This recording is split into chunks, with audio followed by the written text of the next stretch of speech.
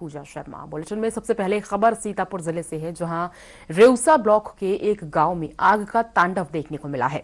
यहां पर आग की एक चिंगारी ने गांव के करीब 200 कच्चे घरों को जलाकर राख कर दिया। साथ ही कई पक्के मकानों को भी आग से नुकसान पहुंचा है। हादसे में 10 से ज्यादा लोग आंशिक रूप से झुलस गए हैं और कई पशु भी जलकर मर गए हैं। मौके पर पहुंची फायर ब्रिगेड ने घंटों की मशक्कत के बाद आग पर काबू पाया है। ये आग गोलककोडर के नगीनापुरवा और बिल्लरपुरवा में लगी थी। हादसे के बाद स्थानीय विधायक ज्ञान तिवारी और कई आला अधिकारी भी मौके पर पहुंचे।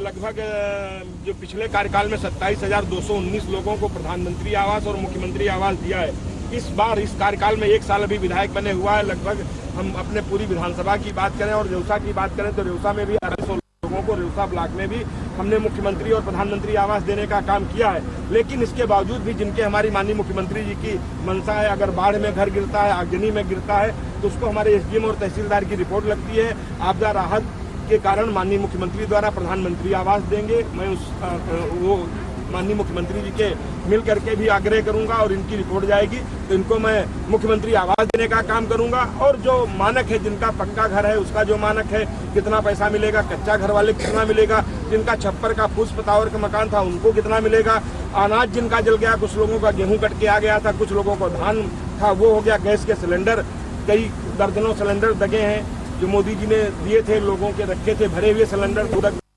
जिससे और भयावह स्थिति हुई है। मेरा कहने का मतलब हर चीज का भी बता पाना संभव नहीं है। हर चीज का मानक है, सरकार की मंशा है, कोई भी व्यक्ति अछूता नहीं रहेगा। हर व्यक्ति को हम उस शासन की योजना देंगे, कोई वंचित नहीं रहेगा। बात करेंगे पंकज सिंह गौड़ हमारे साथ जुड़े हैं ज्यादा जानकारी के लिए। पंकज, कैसे ये आग लगी है?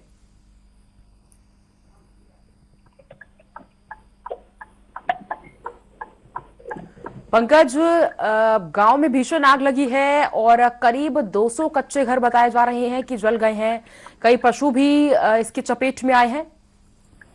जी बिल्कुल, ये सीतापुर का रेउसा ब्लॉक पड़ता है, जहां पर जो है आज भीषण अग्निकांड हुआ है। और देखते ही देखते आग इतनी भयानक थी कि 2 गांवों को चपेट में ले लिया और 2 गांवों के करीब जो है 200 घर जलकर राख हो गए। ये सीतापुर की सबसे बड़ी ग्राम पंचायत है गोलककोडर, वहां पर ये अग्निकांड हुआ है। और वहां जो है जब तक अग्निशमन की गाड़ियां पहुंचती तब तक बहुत देर हो चुकी थी, जिसमें 200 घरों को पूरी तरीके से आग ने राख के ढेर में तब्दील कर दिया। आपको ये भी बता दें पूजा कि दरअसल ये वो इलाका है जहां पर हमेशा बाढ़ अपनी तबाही मचाती है और उसी इलाके में भीषण अग्निकांड हुआ है। क्षेत्रीय भाजपा के विधायक हैं ज्ञान तिवारी, वो सबसे पहले मौके पर पहुंचते हैं और वो उच्च अधिकारियों को इसकी जानकारी देते हैं। उसके बाद अग्निशमन की गाड़ी पहुंचती है।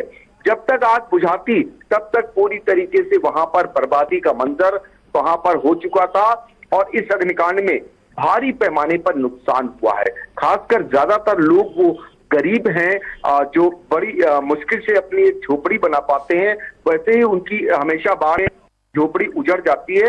ऐसे में अग्निकांड के तांडव ने उन्हें तबाह करके रख दिया। अब साल भर का भोजन कैसे वो पाएंगे, कैसे वो अपने बच्चों को जियाएंगे इस भीषण गर्मी में, कैसे सर पर जो है उनके छत होगी, ये बड़ा सवाल यहाँ पर खड़ा हो गया है। बिल्कुल, देखिए 200 ऐसे कच्चे मकान हैं जो कि जलकर राख हो गए हैं और जिस तरह से गांव में आग लगी है 10 से ज्यादा लोग भी इसमें झुलसे हैं, कई पशु भी मारे गए हैं। तो कुछ मदद का यहाँ पर ऐलान अभी तक सरकार की ओर से किया गया हो? देखिए पूजा, आपको बता दें कि अभी तक जो है तहसील जो प्रशासन है वो आकलन कर रहा है कि यहाँ पर नुकसान कितना हुआ है।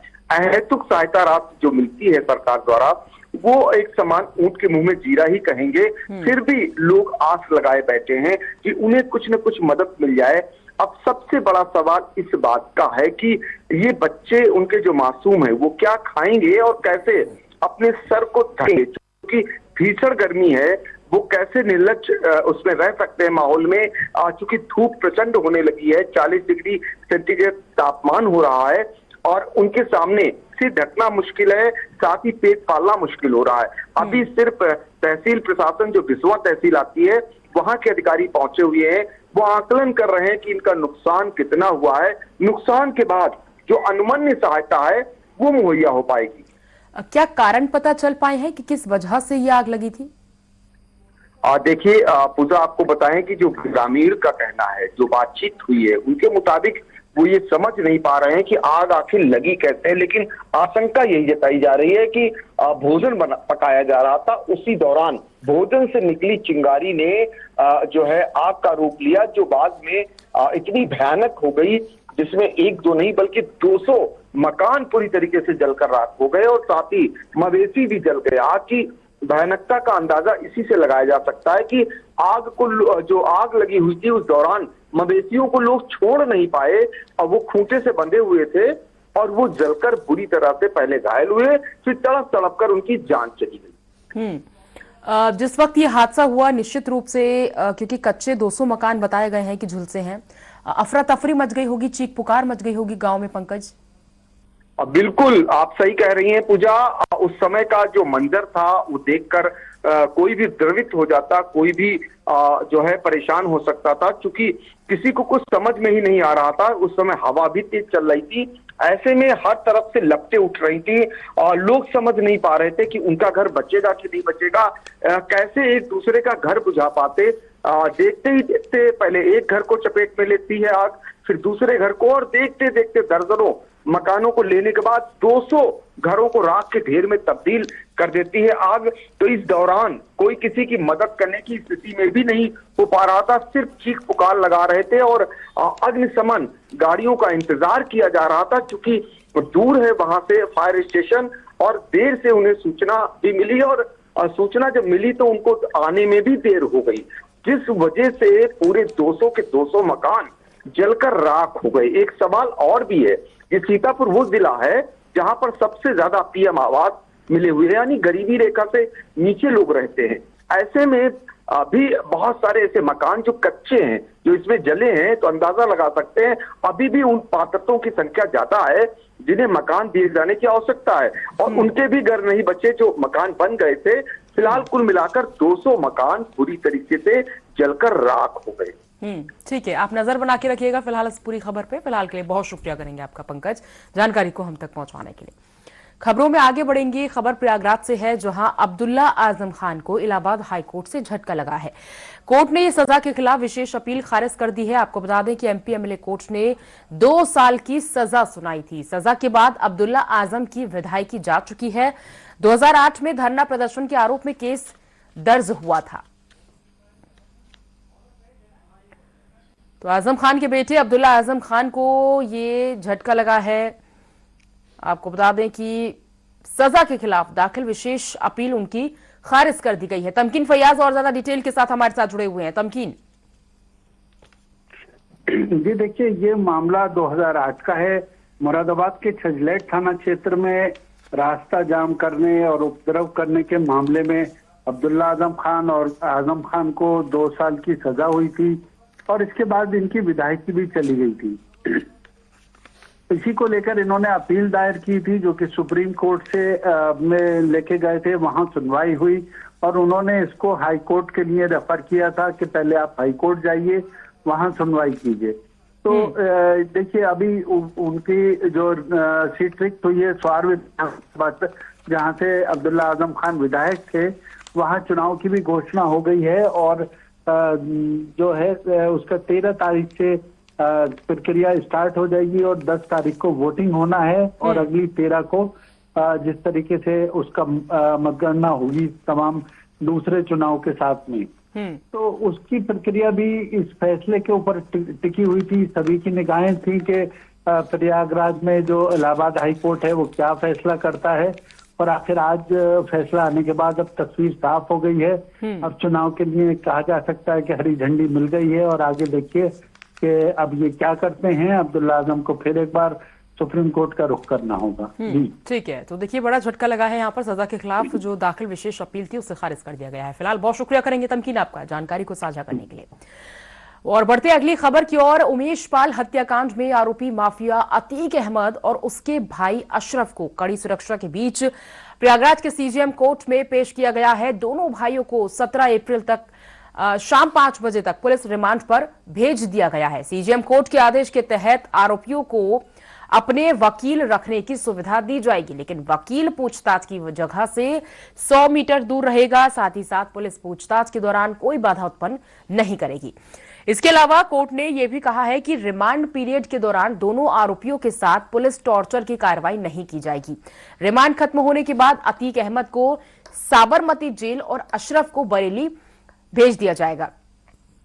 यूपी पुलिस रिमांड की कॉपी में अतीक पर बड़ा खुलासा हुआ है। पाकिस्तान से आए हथियार को अतीक अशरफ खरीदते थे और पाकिस्तान से ड्रोन के जरिए पंजाब में हथियार गिराए जाते थे। वहां मौजूद अतीक के लोग उस हथियार को अतीक तक पहुंचाते और उसका इस्तेमाल करते हुए ये बताया भी गया है कि अतीक के आईएसआई और लश्कर से भी तार जुड़े हुए हैं। यहाँ अभियुक्तगण अतीक अहमद व अशरफ को पेश किया गया और इसमें दोनों पक्षों की बहस हुई और 167 सीआरपीसी के तहत उसका रिमांड स्वीकृत किया गया और इसमें दिनांक 26/4/2023 की तिथि नियत की गई है और अभी पुलिस कस्टडी रिमांड 14 दिन के लिए आईओ द्वारा दिया गया है कि अन्य साक्ष्य व आला कत्ल आदि प्रयुक्त जो है उसको बरामद करने हैं। ऐसी स्थिति में उनके द्वारा दरखास्त दी गई और उसमें बहस चल रही है। अशरफ दोनों को हुई है कि एक को हुई है? क्या 14 दिन की रिमांड? अभी रिमांड नहीं हुई है, अभी 14 दिन के लिए रिमांड मांगा गया है कि 14 दिन के लिए रिमांड। तो माफिया अतीक अहमद के खिलाफ दर्ज मनी लॉन्ड्रिंग केस में प्रवर्तन निदेशालय ने अपनी जांच का दायरा बढ़ाते हुए 17 टीमों ने प्रयागराज में छापेमारी की है। प्रयागराज के सबसे बड़े बिल्डर विनायक सिटी मॉल के मालिक संजीव अग्रवाल, चायल के पूर्व विधायक आसिफ जाफरी, अमित दीप मोटर्स के मालिक दीपक भार्गव, अतीक के फाइनेंसर खालिद जफर, अकाउंटेंट सीताराम शुक्ला, वकील खान, सौलत हरीफ समेत 15 ठिकानों पर ईडी ने छापेमारी की है। अब सीआरपीएफ जवानों को सख्त हिदायत दी गई थी कि कार्रवाई के दौरान किसी को भीतर न आने दे और न ही घर के अंदर मौजूद किसी शख्स को बाहर जाने दिया जाए। इस दौरान ईडी अफसर तब दंग रह गए जब वहां पर भारी मात्रा में नकदी, विदेशी नकदी के अलावा नोट गिनने की दर्जनों मशीनें भी मिली। इसके अलावा 200 बैंक अकाउंट खाते और अतीक अहमद के नाम से 100 से ज्यादा बेनामी संपत्ति के कागजात समेत कई महत्वपूर्ण दस्तावेज बरामद किए गए हैं। ईडी की अलग अलग टीम बिल्डर संजीव अग्रवाल और कार शोरूम मालिक दीपक भार्गव के घरों और कार्यालय में भी टीम पहुंची थी। बिल्डर संजीव अग्रवाल के सिविल लाइंस स्थित घर में तलाशी के दौरान कमरे में नोटों के बंडल मिलने पर अफसर दंग रह गए हैं। नकदी के स्रोत के बारे में पूछने पर संतोषजनक जवाब नहीं देने पर इसे सीज कर जब्त कर लिया गया है। अब सूत्रों का यह कहना है कि कार शोरूम मालिक दीपक भार्गव के घर और शोरूम में भी नोट गिनने की मशीनें मिली है। फिलहाल सभी दस्तावेजों के संबंध में गहनता से पड़ताल की जा रही है।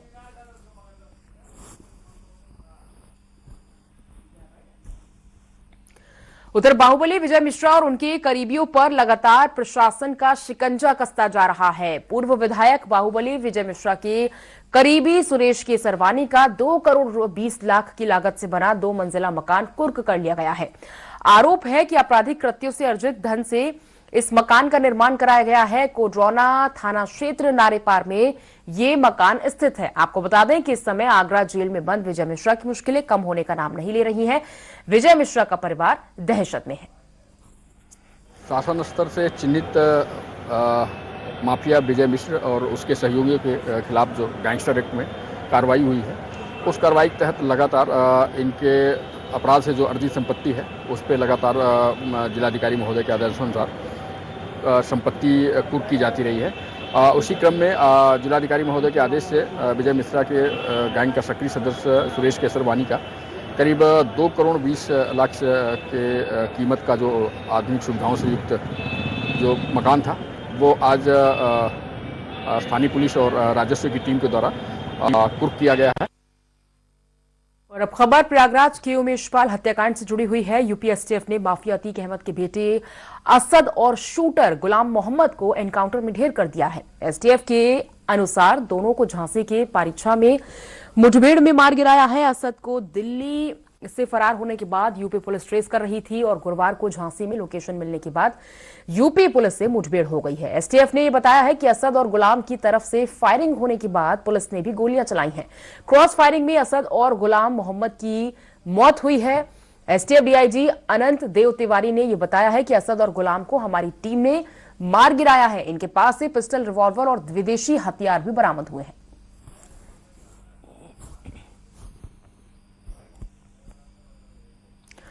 तो अतीक अहमद के बेटे असद और शूटर गुलाम का जहां एनकाउंटर हुआ है, ग्राउंड जीरो से जानकारी दे रहे हैं हमारे संवाददाता धर्मेंद्र साहू।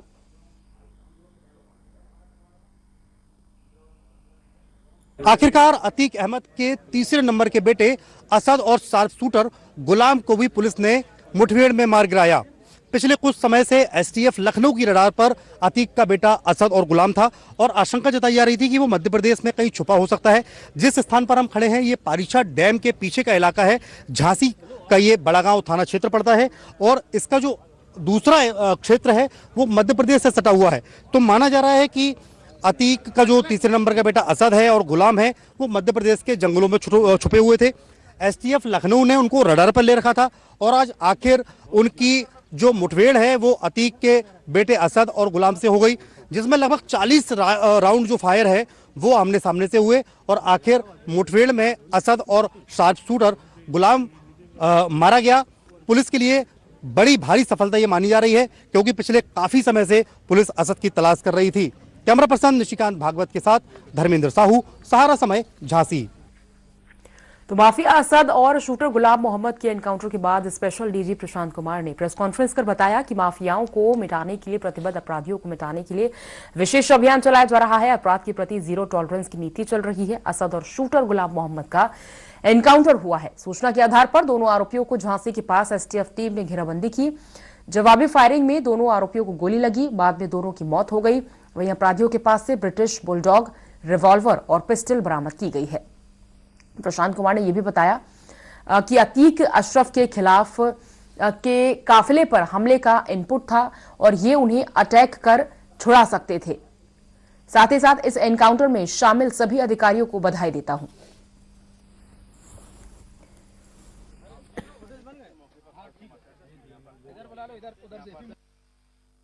सूचना के आधार पर जब कुछ लोगों को इंटरसेप्ट किया गया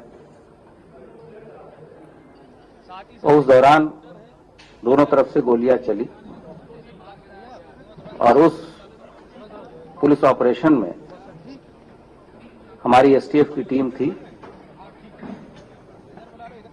तथा उस मुठभेड़ में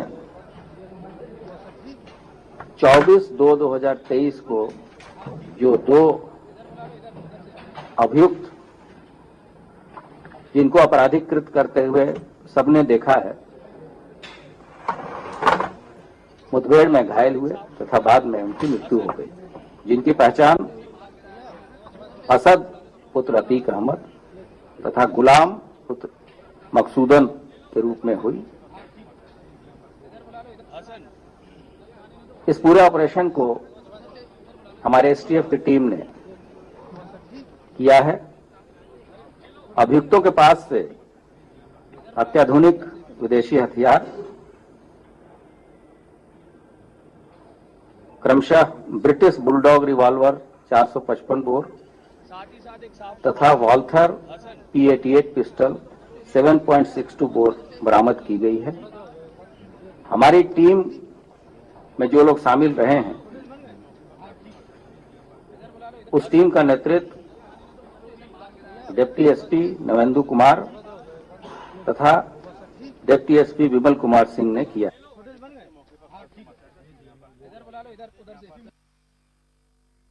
एनकाउंटर के बाद डिप्टी सीएम केशव प्रसाद मौर्य ने कहा कि यूपी एसटीएफ को बधाई। उमेश पाल, एडवोकेट और पुलिस के जवानों के हत्यारों का यही हश्न होना था। वहीं जल संसाधन मंत्री स्वतंत्र देव सिंह ने भी कहा कि मिट्टी में मिला दिया। एसटीएफ को बधाई। एनकाउंटर के बाद क्या कुछ प्रतिक्रियाएं आई हैं देखेंगे, लेकिन उससे पहले आपको ये दिखाते हैं कि जब उमेश पाल की हत्या हुई थी और यूपी विधानसभा का सत्र उस समय चल रहा था तो सीएम योगी आदित्यनाथ ने क्या कुछ सदन में कहा था। आइए उस पर नजर डालते हैं। इस माफिया को मिट्टी में मिला देंगे, सरकार में देंगे। सरकार किसकी है? गफलत में हो। ये माफिया है, इनको मिट्टी में मिला देंगे, सरकार में देंगे। पुलिस से मुठभेड़ में वह मारे गए हैं, यह सूचना मुझे मिली है। मैं पूरी एसटीएफ टीम को बधाई देता हूं और जो अपराध करेगा वो बचेगा नहीं, या तो फांसी में चढ़ेगा, और अगर पुलिस के सामने सरेंडर नहीं करेगा तो पुलिस को जवाबी कार्रवाई करनी पड़ती है। कितनी बड़ी कार्रवाई है इसमें? ये बहुत ऐतिहासिक कार्रवाई है, बहुत बड़ा संदेश है, और अपराध करने वालों को ये है कि अब अपराध करने वालों की राजनीति का युग समाप्त हो गया है। इसलिए अपराध का रास्ता छोड़ करके सही रास्ते पे आवे, और जो अपराधी आज भी भागे भागे फिर रहे, अभी भी पुलिस के सामने वो आत्मसमर्पण कर दे, न्यायालय के सामने आत्मसमर्पण कर दे। अपनी सरकार को बधाई दूंगा, माननीय मुख्यमंत्री को दूंगा कि सदन में बोला था कि उत्तर प्रदेश को हम सर्वोत्तम प्रदेश बनाएंगे, जितने गुंडे माफिया उन्हें मिट्टी मिला देंगे और जीरो टॉलरेंस की नीति पर हम आएगा, और हमें दोबारा सरकार में मतलब जनता ने भेजा, उन्हें हम पूरा विश्वास दिलाते हैं। आज ऐसे अपराधी जितने भी हैं, यही हम उस टीम को भी बधाई देते हैं, एसटीएफ को और डीएसपी को, कि उन लोगों ने अभिरक्षा में लेने का प्रयास किया और उन्होंने जवाबी कार्रवाई में जो भी कुछ हुआ है। कानून और व्यवस्था के मामले में एक मिसाल रखी है। उसी के कारण 2022 के अंदर जनता ने उनको पुनः चुना। भारतीय जनता पार्टी को एक बहुत अच्छी उस समय बढ़त दी 2022 के अंदर। आपको भी पता है 22 के अंदर अलग अलग तरीके से अलग अलग खबरों के अंदर अलग अलग तरह के वक्तव्य आते थे, लेकिन आखिर के अंदर अच्छी उनको सीट हासिल हुई। और एक उनका जो लक्ष्य रहा है, ये खासकर बड़े बड़े जो माफिया हैं, जो बड़े बड़े लोग जिन्होंने उत्तर प्रदेश को के अंदर गुंडा राज कायम रखा, ऐसे लोगों के खिलाफ कानूनी कार्रवाई होनी चाहिए। योगी जी ने अब जो भाग के जाएगा और कानून से बचने की कोशिश करेगा तो उसके खिलाफ कार्रवाई होगी। उमेश पाल हत्याकांड के आरोपी असद और शूटर गुलाम को एनकाउंटर में मारे जाने के बाद एसटीएफ डीआईजी अनंत देव ने कहा कि उमेश पाल हत्याकांड में शामिल लोगों को किसी भी कीमत पर बख्शा नहीं जाएगा।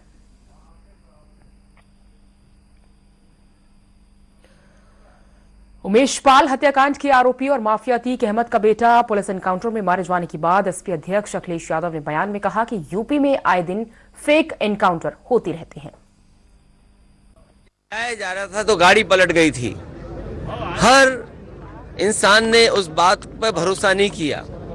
और अभी कानपुर में माँ बेटी उसको बुलडोजर से पहले झोपड़ी गिराई, आग लग गई और जलते जलते दोनों की जान चली गई। इसी तरह पुष्पेंद्र यादव की फेक इनकाउंटर कर करके जान ली। कानपुर में पुलिस ने कस्टोडियल डेथ में एक की जान ले ली। अभी बलिया में बीजेपी के कार्यकर्ताओं ने एक नौजवान छात्र नेता, उभरता हुआ छात्र नेता, उसकी जान ले ली। बलिया में ही एक व्यापारी पर सूदखोरों ने इतना दबाव बनाया कि व्यापारी लाइव देकर के हत्या, उसकी जान चली गई। और आज हम लोगों को सुनने को मिल रहा है कि एक फेक एनकाउंटर और उत्तर प्रदेश में हुआ है। उत्तर प्रदेश में अपने फिल्मी डायलॉग के मिट्टी से मिला देंगे। ये वो डायलॉग है जिन्हें संविधान पर और कानून पर भरोसा नहीं है, कोर्ट पर भरोसा नहीं है। माफिया अतीक अहमद के बेटे के एनकाउंटर पर बीएसपी प्रमुख मायावती ने सवाल उठाए हैं। मायावती ने उच्च स्तरीय जांच की मांग की है। आपको बता दें कि मायावती ने ट्वीट कर लिखा है कि प्रयागराज के अतीक अहमद के बेटे व एक अन्य की पुलिस मुठभेड़ में हुई हत्या पर अनेकों प्रकार की चर्चाएं गर्म हैं। लोगों को लगता है कि विकास दुबे कांड के दोहराए जाने की उनकी आशंका सच साबित हुई है। अतः घटना के पूरे तथ्य व सच्चाई जानने के सामने आ सके, जनता के सामने आ सके, इसके लिए उच्च स्तरीय जांच जरूरी है। वहीं असद और शूटर गुलाम मोहम्मद के मारे जाने के बाद उमेश पाल की पत्नी जया पाल सीएम योगी आदित्यनाथ का उन्होंने शुक्रिया अदा किया है। साथ ही कहा है कि एनकाउंटर के बाद खतरा बढ़ गया है, सुरक्षा बढ़ाए जाने की भी उन्होंने मांग की है। जो किया है बहुत अच्छा किया है। उन्होंने अपनी बेटी का सुहाग के कातिलों को सजा दिलाई। मैं उनका बार बार आभार। उमेश पाल हत्याकांड के आरोपी असद और शूटर गुलाम को एनकाउंटर में मारे जाने के बाद एसटीएफ डीआईजी अनंत देव ने कहा कि उमेश पाल हत्याकांड में शामिल लोगों को किसी भी कीमत पर बख्शा नहीं जाएगा। मुठभेड़ में ठोकने वाले आनंद देव की टीम ने आज अतीक के बेटे अरशद और गुलाम को मुठभेड़ में ठोक दिया है। सर, सबसे पहले ये जानना चाहेंगे कि ये मुठभेड़ जो है कैसे हुई और कहां पर हुई? देखिए, आज जनपद झांसी में थाना बड़ागांव के जो परीक्षा पावर हाउस है उस तरफ असद पुत्र अतीक और गुलाम पुत्र मकसूदन, ये जो दो शासन से 5-5 लाख रुपए के पुरस्कार घोषित अपराधी थे, जो कि 24/2 को दिन दहाड़े हुए हत्याकांड के मुलजिम थे, इनकी सूचना मिली कि ये आज उस क्षेत्र में हैं। इस सूचना पर त्वरित कार्रवाई करते हुए हमारी STF की टीम वहाँ पर पहुँची और इन्होंने इनको जीरोइंग किया। इनको पकड़ने के प्रयास में इनको इन दोनों बदमाशों ने STF की टीम पर फायर किया। आत्मरक्षार्थ किए गए फायर पर ये दो बदमाश घायल हुए, जिनको कि अस्पताल ले जाते हुए इनकी मौत हो गई। ये क्या मध्य प्रदेश से यूपी में एंट्री कर रहे थे या फिर यूपी से मध्य प्रदेश की ओर भागने की कोशिश कर रहे थे? देखिए, सूचना ये थी कि ये परीक्षा पावर हाउस के आसपास एक इसके पहले भी गुड्डू मुस्लिम का एक हाइड आउट था और इन्फॉर्मर लगे हुए थे, तो उन्होंने बताया कि आज ये वहाँ पर आए हुए हैं। हो सकता है कि कल ये जो इनका काफिला, अतीक का काफिला आया था, झांसी में रुका था, तो हो सकता है कुछ उनसे संपर्क करने का या कुछ और जो भी प्रयास हो, बाकी और जानकारियाँ डिटेल में हमारी जो फील्ड की टीम उसके पास होंगी। लेकिन अभी तक जो जानकारी मिली है कि इनकी सूचना ये मिली थी, जिस पर ये कार्रवाई करते हुए ये इनकाउंटर हुआ है। सूचना ये भी है कि जो अरशद है वो अपने पिता यानी कि अतीक को छुड़ाने का भी प्रयास में था। ये इसके बारे में सत्यापन किया जा रहा है। अभी तक ये इस संभावना से हम इनकार भी नहीं कर सकते हैं, लेकिन अभी हम उसका प्रयास कर रहे हैं कि जब ये वेरीफाई हो तो फिर बताएंगे आपको। इनके पास से जो विदेशी हथियार मिले हैं वो कहाँ से इनके पास से आए थे, कैसे किया? देखिए, विदेशी हथियार कहाँ से आए थे इसकी जानकारी तो नहीं है, जो कि ये इनकाउंटर में मार दिए गए हैं। लेकिन जो वहाँ पर मौके से मिले हैं इनके पास से, ये ब्रिटिश बुलडॉग की पिस्टल है और रिवॉल्वर एंड ये वॉल्थर की पिस्टल बरामद हुई है और ढेर सारा एम्यूनिशन बरामद हुआ है।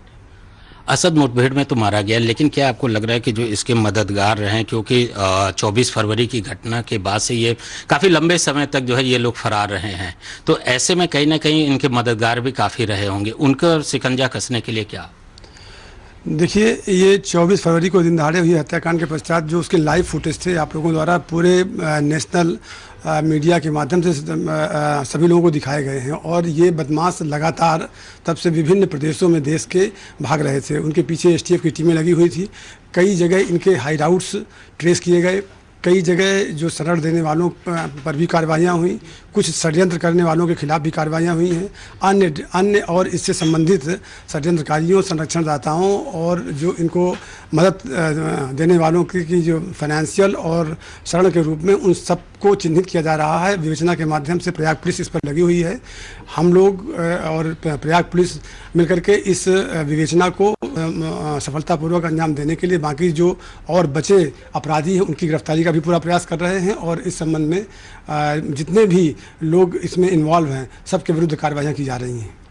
उमेश पाल हत्याकांड में 5 शूटरों के नाम सामने आए थे, अब कितने बचे हैं और अभी तक और कितने लोगों की लगभग गिरफ्तारी होनी बाकी है? अभी ये जो शूट आउट में अपराधी थे जो 7 थे, उनमें से 4 तो अभी मुठभेड़ में मारे जा चुके हैं और 3 और शेष हैं, जिसमें से ये एक शाबिर है, गुड्डू मुस्लिम है और अरमान, ये 3 अपराधी जिनमें 5-5 लाख रुपए का पुरस्कार घोषित है, वो अभी फांसी चल रहे हैं। इसके लिए STF और पुलिस की भी कई टीमें कई जगहों में लगी हुई हैं। लगातार हम लोग प्रयास कर रहे हैं, जैसे ही इनके बारे में कोई सूचना मिलेगी वैसे ही हम गिरफ्तारी करके आप लोग को बताएंगे। सारा समय से बात करने के लिए बहुत बहुत धन्यवाद। ये थे आनंद देव जी, जिनका ये साफ कहना है कि उमेश पाल हत्याकांड में जो बचे हुए अन्य शूटर हैं उनकी गिरफ्तारी के लिए प्रयास किए जा रहे हैं। सारा समय से लखनऊ से कैमरामैन रजनीश कुमार के साथ संजीव सिंह। और अपने 2 दिवसीय मध्य प्रदेश के दौरे के दौरान SP अध्यक्ष अखिलेश यादव ने बयान में कहा कि एक कानून ने ईस्ट इंडिया कंपनी को सरकार बना दिया था। आज सरकार वो कानून बना रही है जिसमें हर चीज प्राइवेट हाथों में जा रही है। जब सब प्राइवेट के हाथ में चला जाएगा तो क्या होगा? बाबा साहब भीमराव अंबेडकर जी के संविधान का या मंडल कमीशन की सिफारिशों का? संविधान बचेगा कि नहीं बचेगा, लोकतंत्र में जो अधिकार हमें वोट डालने का है वो रहेगा कि नहीं रहेगा। और जिस तरीके से प्राइवेटाइजेशन हो रहा है, और याद कीजिए आप, एक कानून ने ईस्ट इंडिया कंपनी को सरकार बना दिया था। आज सरकार वो कानून बना रही है जिससे कि हर चीज प्राइवेट के हाथ में चली जाए, और जब प्राइवेट के हाथ में चली जाएगी तो क्या होगा, बाबा साहब भीमराव अम्बेडकर जी का दिया हुआ संविधान का या मंडल कमीशन की जो सिफारिश थी उसका क्या होगा। जो मूल भावना मंडल कमीशन की थी उससे हम कितना दूर हो गए। तो जो भारतीय जनता पार्टी एक झूठे सपने दिखा रही है। आज अनएम्प्लॉयमेंट कहाँ है, क्या अनएम्प्लॉयमेंट में बात नहीं होनी चाहिए? किसान को जो सुविधा मिलनी चाहिए, मुझे नहीं पता कि मध्य प्रदेश में पूरा गेहूं किसने खरीद लिया होगा, लेकिन उत्तर प्रदेश का गेहूं आईटीसी कंपनी या और कई कंपनियां प्राइवेट वो खरीद ले गई। जब आप आटा लेने जाओगे तो मुनाफा तो उनको हो रहा है, आखिर किसान के साथ ये धोखाधड़ी क्यों हो रही है? और इसी के साथ फिलहाल बुलेटिन में बस इतना ही, लेकिन सहारा समय पर उत्तर प्रदेश और उत्तराखंड की